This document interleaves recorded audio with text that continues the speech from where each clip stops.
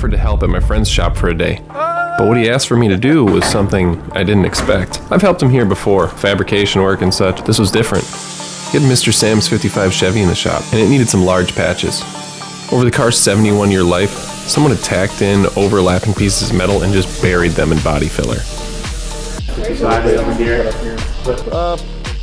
Put it on this side. First off, we had to move it into the body shop. So we had to get this Ferrari out of the way.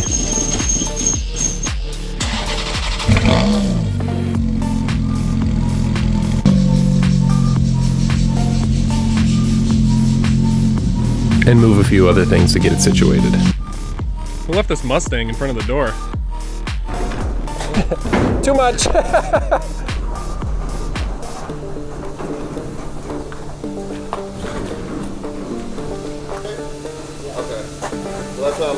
I jumped right in, I marked out my patches, cut right into the car, removing both sides and getting rid of the ugly patchwork.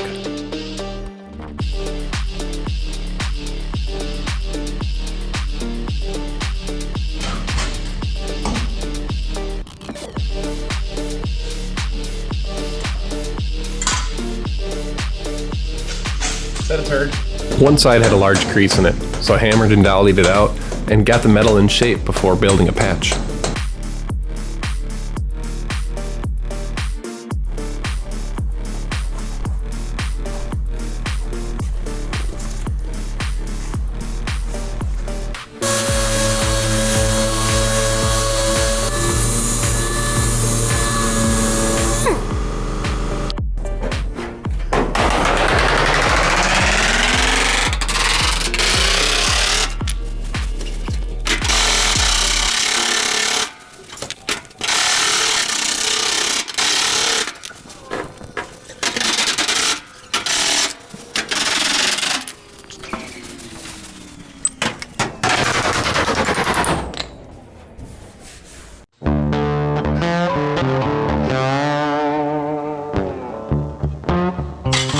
For the patch, I just outlined the piece of metal that I cut. I made it a little bit large and I started to form it to the shape.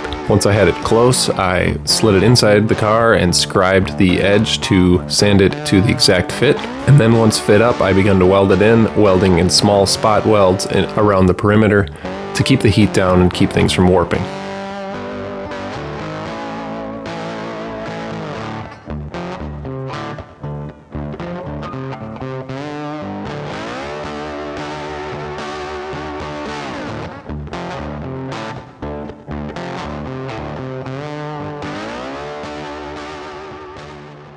On the passenger side, there was also a part of the wheel arch that was quite thin and needed replacement, so I cut that out separate, hand formed it on a workbench, and begun to weld it in.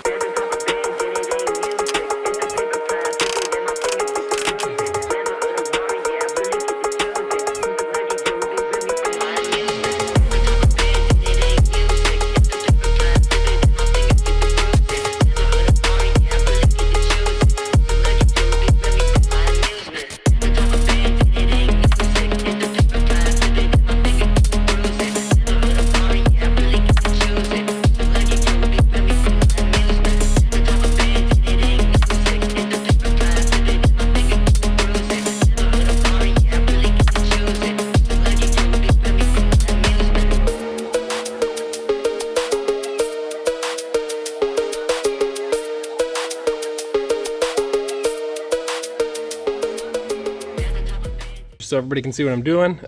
I've only got today to work on this, so I'm trying to get the major patchwork done for Mitch's guys so they can just come in, finish welding, and body work it. So I was just getting everything real tight so they're not welding any gaps. You're not sending a bunch of wire through there. Nobody likes seeing a fuzzy repair from the backside. So I've got everything really tight, like can't even get a fingernail in there.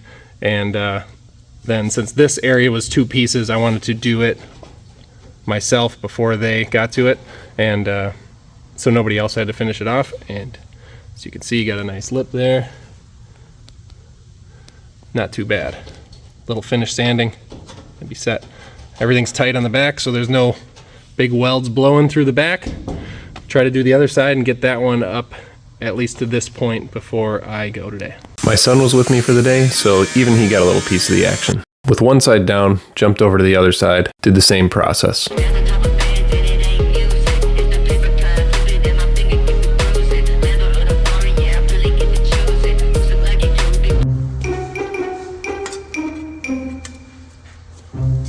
Just overlapped a piece, tacked it in.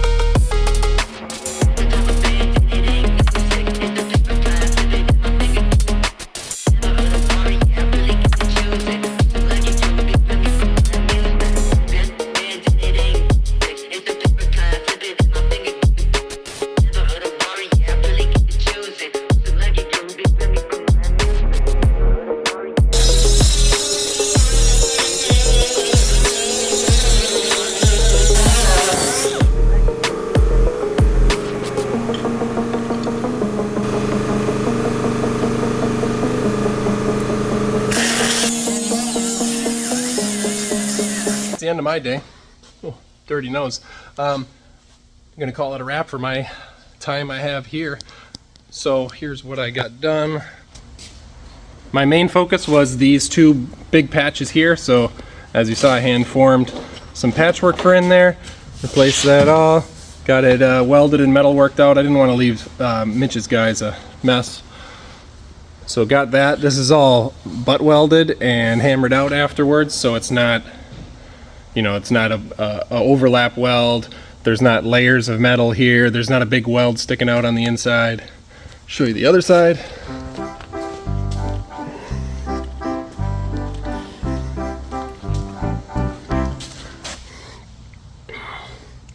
Got that all cleaned up too. Mitch's guys now can come in and just do like the regular, you know, metal finishing and body work for small stuff. Like here, little ding there. It sounds like they're gonna put rockers on for that, so hand formed, you know, that part of the wheel arch. And then this big flat panel. Nice and smooth.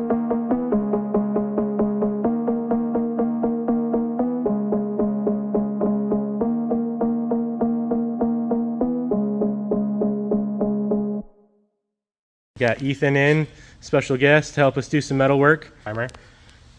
There's one of the old ones where they just lapped the old metal and did not a very nice job. So Ethan's getting these roughed in. This is not how you do this on the things. Now, the way he's got it done on these now, that is the way to do it.